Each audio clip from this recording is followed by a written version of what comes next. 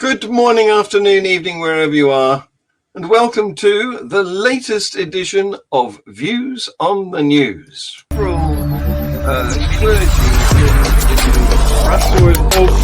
the Pope appealing for peace, or was he praying for peace? And the same applies to the carry-on drag. Yeah, that's a good question. So what do you have to say about that, guys?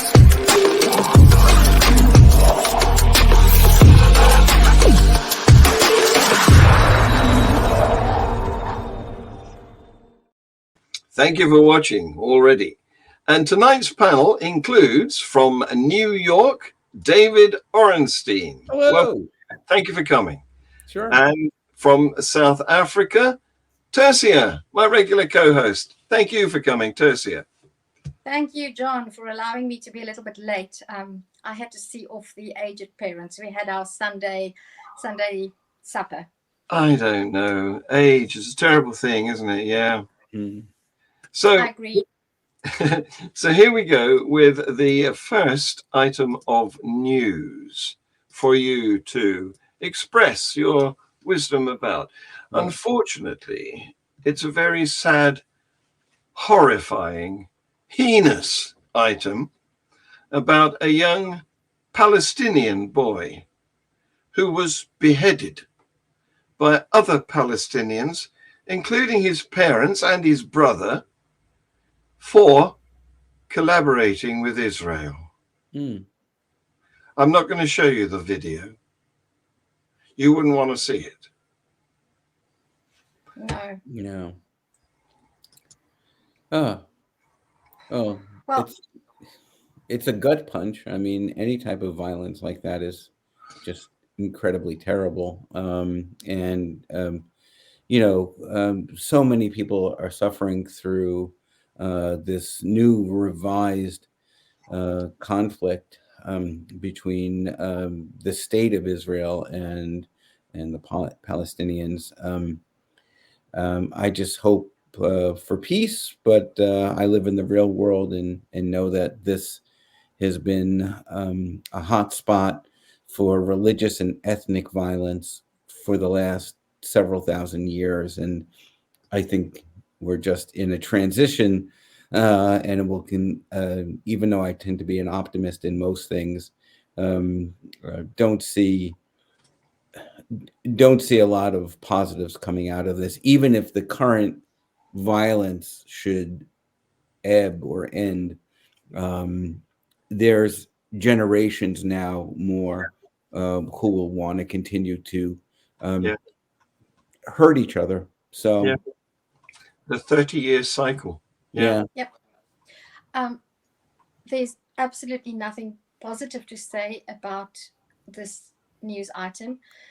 And what I want to say is not meant as positive in any way, shape, or form. However, there is a sense of I'm grateful that you didn't end the sentence by saying that he was beheaded because he was gay.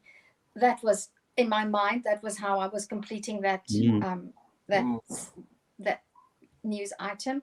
And some part of me can understand the idea of betrayal, because in wartime these things happen, and that's what makes war so horrific. So that's, as I say, it's not a positive comment in any way, shape, or form, but at least this person was punished unfairly and unreasonably, but he chose his actions and he was trying to do good. He wasn't punished because of his identity and his gender. Having said that, it's just as bad to be punished because you don't approve of war. This is such a sad story, and I hope there will one day be a place to commemorate people like this young man, because he is probably a very brave hero of. Well, we don't know what his actions were that caused his family to turn on him like that in any detail. But the problem here is tribal religion. Right. And what he was trying to do seems to have been what they saw it as was collaborating with the other tribe. And Right. so it all comes down to dividing humanity on the basis of mythical gods. Mm-hmm. Yes, There's nothing to approve about there. Right. absolutely not. Yeah. So going to Africa, not South Africa on this occasion, but the Gambia, which is a small state on Western Africa, bordering the Atlantic Ocean, where back in 2015, they passed a ban on female genital mutilation. Right. That was good. However, the ban since then has barely been enforced, Right. with only 3 people facing heavy fines. And the latest news is that a significant body of people in their male majority National Assembly have voted to repeal the ban. Yeah. A backward step. To say the least. Yeah. Hmm. I know the UN is involved too and is equally shocked by this. The UN has come out, I think, with a statement and concerning this backsliding, if you will. You know, you know, I respect people's culture and their right to self-determination, certainly, but you know, this type of violence against women, ritualized, often religious, ritualistic violence, needs to be ended and not reinstated. So it's very sad. Culture should not include harming others. Right. I was just going to ask, as a learned professor, David, and Uh-oh. John, I'd like your opinion, obviously, as well. I want to qualify the statement that I respect cultural beliefs only insofar as they are not harmful or damaging to anybody, especially to minorities or minors, because I mean these things happen to children, Right. and Yes. and I think that's an important distinction to make, because so in South Africa we currently well, we don't have the debate. I'm thinking about this because of a little girl who has gone missing. It was all over the international news. Even you can just Google Jocelyn Smith, and the mother and the mother's boyfriend have been arrested because the accusation is that they sold her to a Muti doctor or Sangoma, and I have been doing a little bit of research on that, and it touches upon this whole idea of cultural practices and how legitimate or not it is to criticize cultural practices. And I've been getting a lot of flack on a Facebook group because I made very disparaging remarks about a master's thesis that I've read, where it was a master's thesis in psychology, and this person treated being a Sangomahood, she called it, as something that is sacred and should be respected. And I have since found out, I didn't know this, that in South Africa there are more than 200,000 Sangomas, and you can visit Sangoma and claim the consultation fee back from your medical aid. And if I criticize, and I have done so, when I criticized that idea, I was lambasted for being culturally superior, and I think that's a discussion that needs to be had. To what extent is it acceptable to challenge damaging cultural practices under the guise of you have to respect people's culture? Right. So I have no, I quite agree with you. You know, we can't be cultural relativistic to the point of allowing for mutilation of Mutilation. children's bodies or women's Yes. bodies. Mutilation. I'm not going to respect any culture that wants to mutilate. Right. Although, you go anywhere in the US or in other parts of the quote unquote Western world where ritualized circumcision of boys is considered Yep. normalized too, right? So Yep. we're, these practices, which are religious practices in Yes. essence, right? Yes. Do exist. And I'm as offended by ritualized circumcision as I am clitoridectomy, and Absolutely. I absolutely Yes. do not accept that as, well, it's part of my culture, I'm allowed to do it. Listen, Yeah. if I'm morally superior for not wanting people to be mutilated, I'll accept that accusation. Mhm. It's Right. good. It's good to be morally superior in that respect. Right. Yeah. Yeah. I think we. I like that. We shouldn't be. We shouldn't excuse being morally in the right, because non-mutilation or non-harm is the best position to take. And if people want to criticize, want to criticize me and say I'm being demeaning towards other cultures, well, yes, I am. Yeah, right. Because I should be demeaning to cultural practices that are harmful, and that includes cultural practices that especially have an effect on young minors, babies. Right. I mean, 7 days, Jewish boys have to be circumcised within At 7 birth. days. At birth. Yep. Yeah, Yep. within like a week. So I mean, Yep. that's the thing. And this country knew. I mean, this country obviously passed laws to try to at least tell the outside world that they're not performing some barbaric ritual against women. There's violence against women. But here they are backsliding. It's like in the U.S., taking away a woman's right to her reproductive freedom, again, for religious reasons. It's this backsliding of, we're evolving towards an understanding about reproductive freedom, women's rights, so on and so forth. And then here we are, we think certainly in the U.S., but certainly in the West, that we've got all these things done, but you see the backslide, and that's why it requires people of us like us and people who are allied with us. They don't have to be atheists or agnostics or humanists even to understand what's right or wrong. You can be deeply religious or mildly religious and still see clitoridectomy as violence against women. Absolutely. Yeah. And there should be no allies.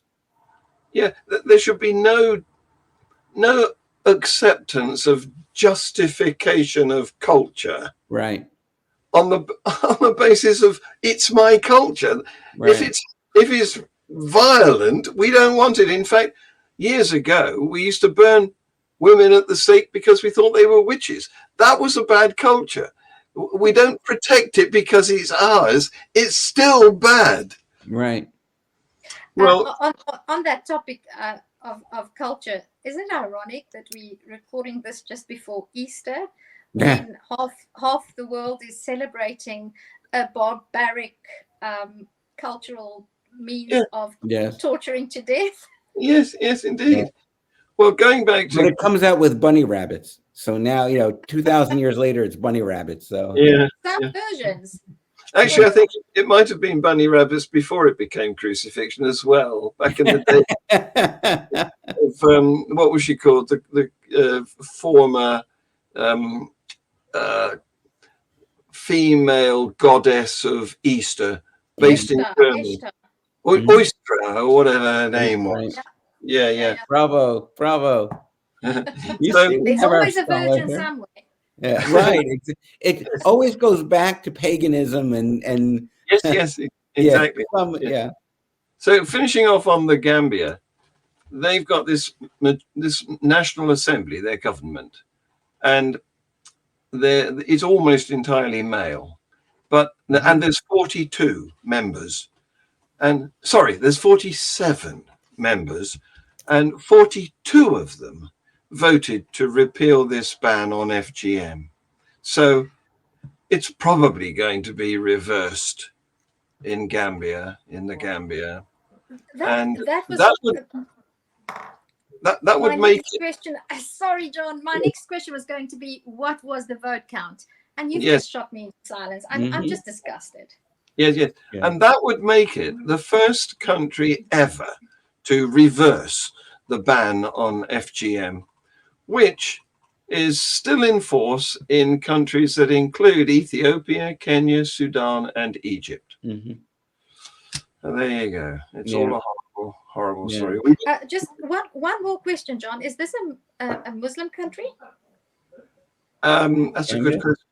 The Gambia, I think it's most of the West African countries are mixed, aren't they? They've got Christianity around the coast, and then the Muslims arrived across the Sahara, and so they have their The strongholds. northern warrant, yeah. Yeah. So, leaving that alone for a while, and going to Israel. Oh.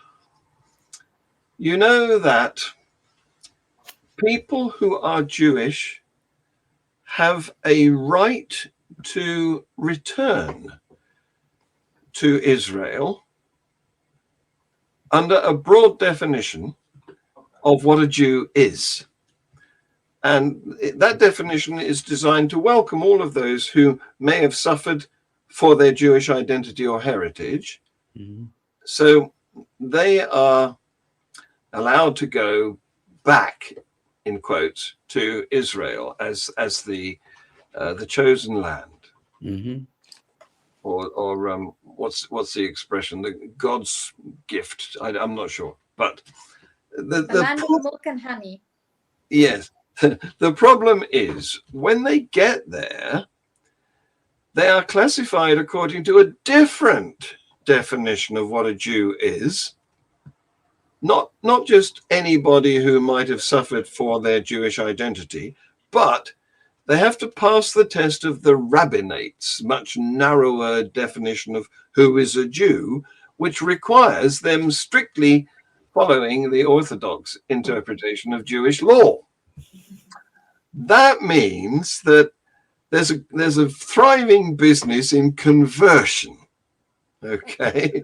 Because Jewish law affects many aspects of life in Israel, such as marriage, divorce, burial, and those aspects of the society are relegated. They're not controlled by the government or specified by the government, which you might hope was secular, but not in the case of Israel, of course. Those aspects are relegated to religious authorities, which means mostly the rabbinate, okay?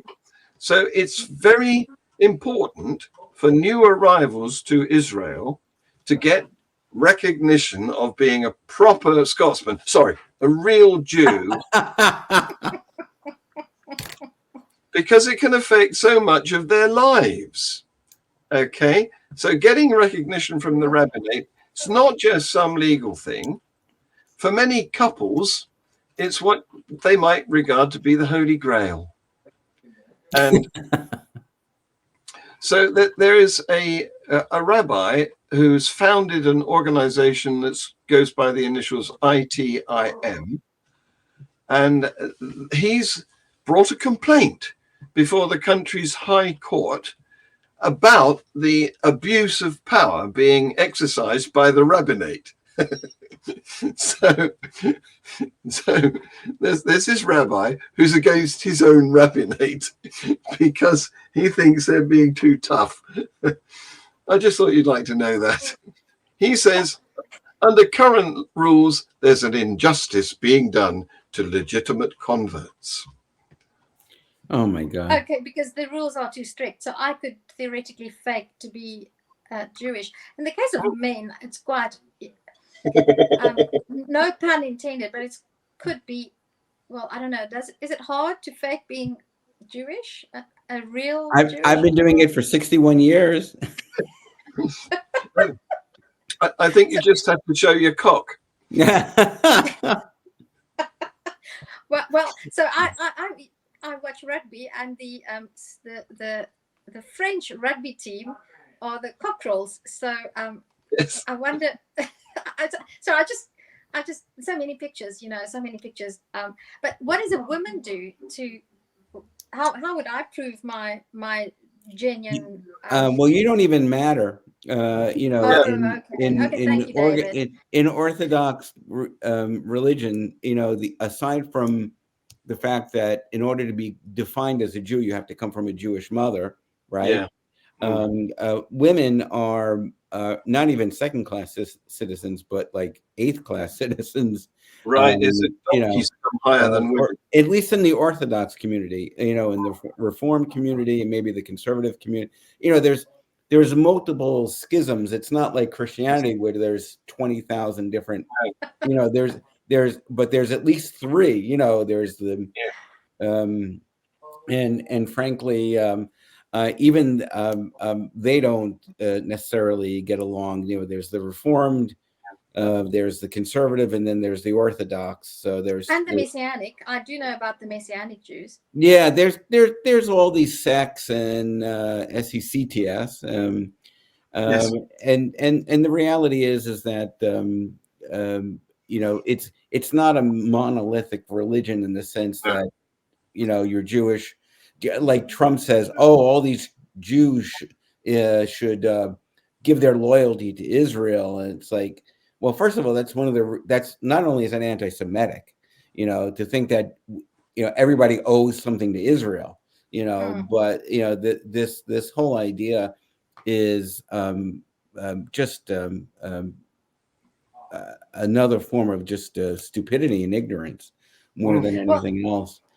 I was under the mistaken, now I realize now, impression that the state of Israel was a secular state, and yes, I always, for a number of years I had this idea that everybody who was an Israeli citizen was an Israeli, and that there were not that many Jews, that it was almost two distinct things. You could be an Israeli Jew or you could just be an Israeli, but obviously I'm wrong about that.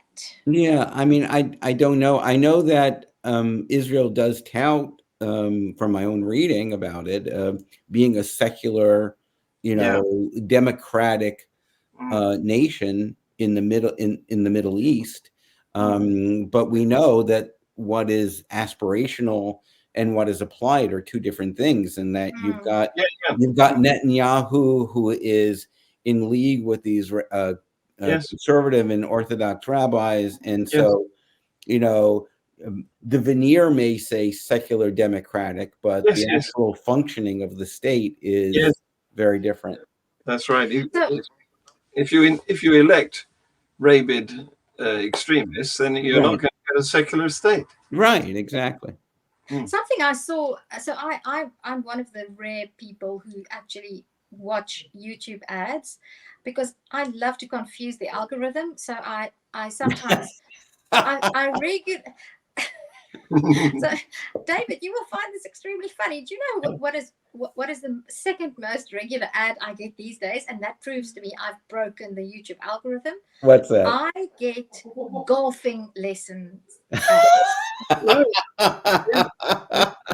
I mean, that's brilliant. It means that I've succeeded. But I was going to say that one of the ads that popped up recently was an advertisement for a Jewish news channel for children. And I was actually shocked. And what you say now ties into that. I think that it's a growing problem. So this is it's a news program, but aimed at kids between 6 to 8 years old. And it's it's like the news about the current war in Gaza, but told in such a way as there are many people dying in Gaza at the moment, but fortunately our soldiers are doing a good job to keep us safe. Yeah, it's called Literally, indoctrination. Yeah. absolutely. But I was shocked to see that, and to I think I'll try to find it, because you guys will find it very interesting. I was disconcerted, because I thought, what the hell is this? You know? Yeah. Well, it's not new. It's just that they're using a new technology. That's all. Yeah. Yep. So, going to Haiti, where we know there's horrible violence happening. More than a dozen bullet-ridden bodies lay in the streets, the victims of the latest gang rampage in Pétionville, which is a wealthier area of Port-au-Prince, the capital city. And there was a woman, a mother of nine young children, filling up plastic jerry cans with water from a standpipe in the street. And she said she's struggling to provide food and water for her children. I don't know what to do. I'm watching the country collapse. Only God can change this place, because from where I'm sitting, I can't see any other change coming. Yeah, well, good luck with that. Yeah. Exactly. Yeah. So I almost want to go. I just want to put a challenge out there to God. Please change Haiti as soon as you can, because people are really struggling and they're calling out to you. So God, if it will help, I'm an atheist and I'm calling out to you. Please, if the prayers of the people in Haiti who are suffering are not reaching you for some reason, please hear us. Get on with it. Sort it. Well, so, going to Turkey, which up until recently was a fairly quiescent, sort of moderate Muslim, but with, significant other populations within it, especially in the cities. Now it's become, under the latest president, what's his name? Erdogan. That's him. Yeah. It's become increasingly extreme Islam, and a lawyer has been arrested because she issued a tweet in which she said, excuse my French, fuck Sharia. Oh. You can't do that in Turkey. Watch this video. Sharia. Turkish lawyer arrested for bold tweet. In a bold expression of dissent, Turkish lawyer Feyza Altun faced imprisonment for her critique of Sharia law on social media, particularly highlighted by her forthright comment, F Sharia, in response to interaction on social media.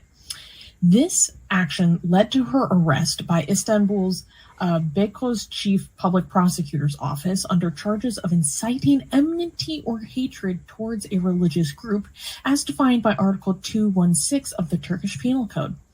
Altun's defense in court was compelled and defiant, stating, quote, "For me, what you call Sharia is the Taliban mindset that stones women on the streets."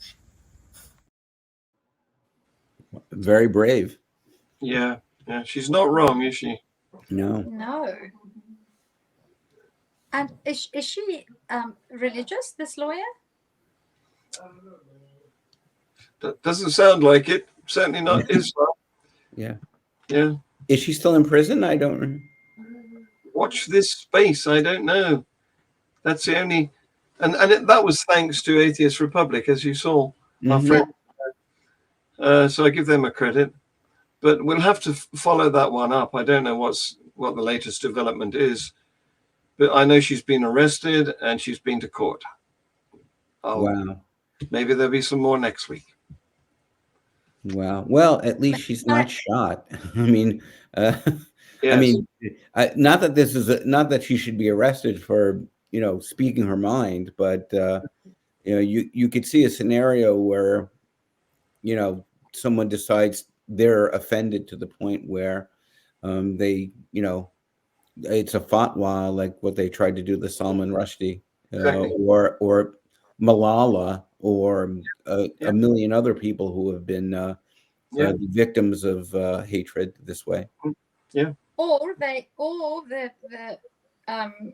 Turkish authorities decide that they have to clamp down before they have similar showing of women's hair in public as women did in Iran.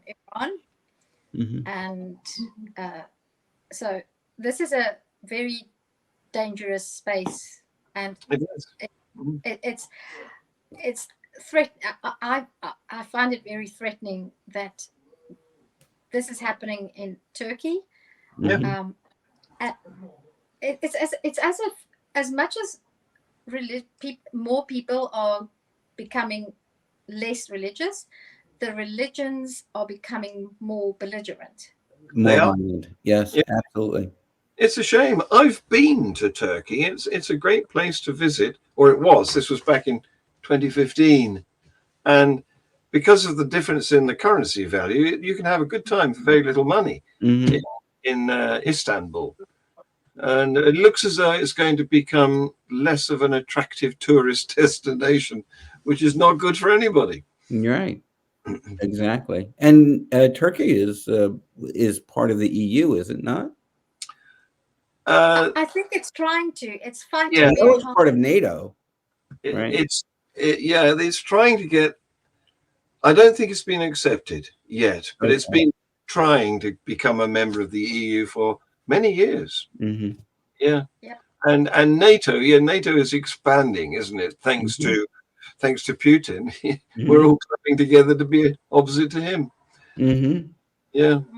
On the subject of Russia, you may be aware that they had an attack on a concert hall only yesterday, and I think the number of dead now has risen to 137. Many more than that number have been injured, and the gunmen who fired shots and set fire to the building, and the roof has collapsed. The people claiming to be responsible. I mean, why anybody would want to claim to be responsible for an atrocity beats me. But the people claiming to be responsible for this are IS brackets K, a subgroup of the Islamic State.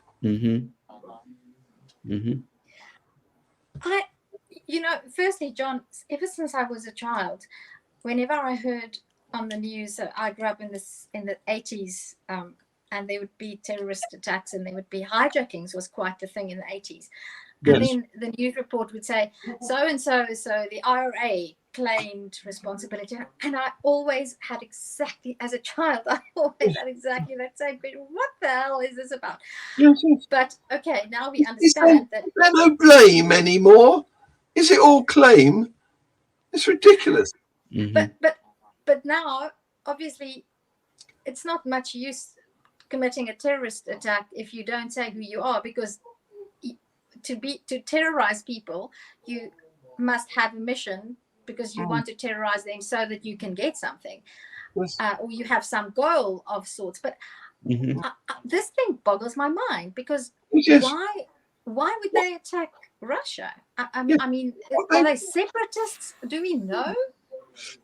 What these people do when they turn blame into claim is they turn bad into good. It's ridiculous. But what is their motive in Russia? I mean, are they sort of? I know that there are Muslims in parts of Russia, but are they a separatist movement? Do they what? Why? I think the people who pundit on this seem to think that they're just doing it to show off how powerful they are, and that they can get to anybody.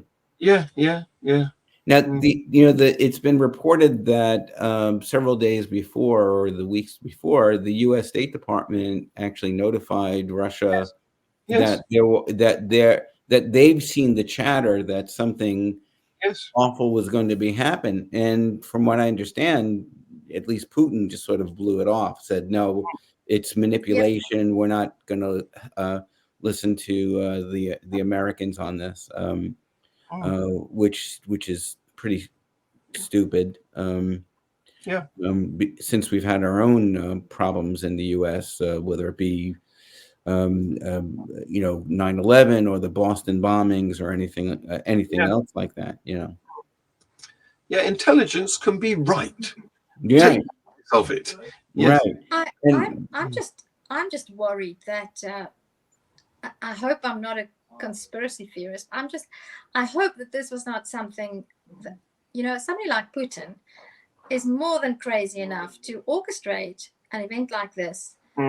Say the Americans warned us because they did it, or right, as a sort of a false flag operation. I sincerely hope that Putin doesn't go. I hope that I'm completely wrong and I've just watched way too many spy movies. Right. Well, he like as if it's a false flag operation or something like that, as they call it. I mean, I think at one point he did try to say, "Oh, the terrorists tried to escape to Ukraine." Yes, he's trying to blame Ukraine. Yeah, which is of course ridiculous. This is not anything to do with the war in Ukraine. There you go. So I've got a couple of good items that you'll like. Oh, thank goodness. Yes. Oh, there is a God. Yay. Yes, I know. Yes. So much of religious news is negative stuff. It really is. Yeah. So London King's Cross Station. Recently, it displayed an Islamic message for Ramadan. And some passengers objected, saying that they didn't think that this was appropriate for the station notice board to be promoting a religion. And other passengers didn't complain. They praised the station for posting the message publicly.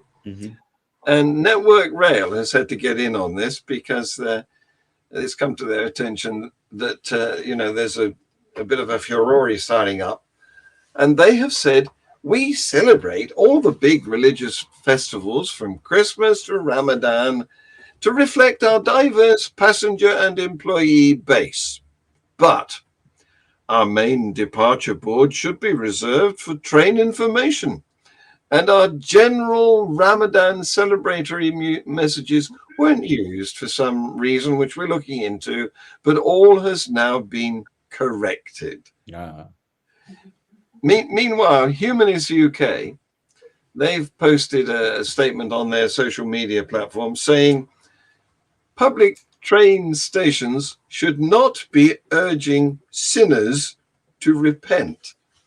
It's inappropriate and profoundly misjudged to broadcast hadiths or any religious scripture at passengers. We will be writing to the Transport Secretary to outline our concerns. So there you go. All right. So, you kick a hornet's nest, some hornets are going to come out. Yes. But at least the message has been taken down. Right. Exactly. Yeah. So that's a favorable outcome. So this is exactly what I'm, as CEO of Kruisvrij, battling in South African public life. So we don't have the quality of public transport, but we have crosses being put up everywhere, and that's one of the things we are trying to address. And Bible verses all over the place. And it's a very I love the story. It's very interesting. So you're on the side of the British Rail. Yeah. So you guys may not be aware of an offshore island of the United Kingdom called the Isle of Man. Oh, yes. Yeah. I'm familiar with it. Isn't that where are you Isle of Wight or Isle of Man? I'm Isle of Wight. Yes, I come from overseas. Yes, that's right.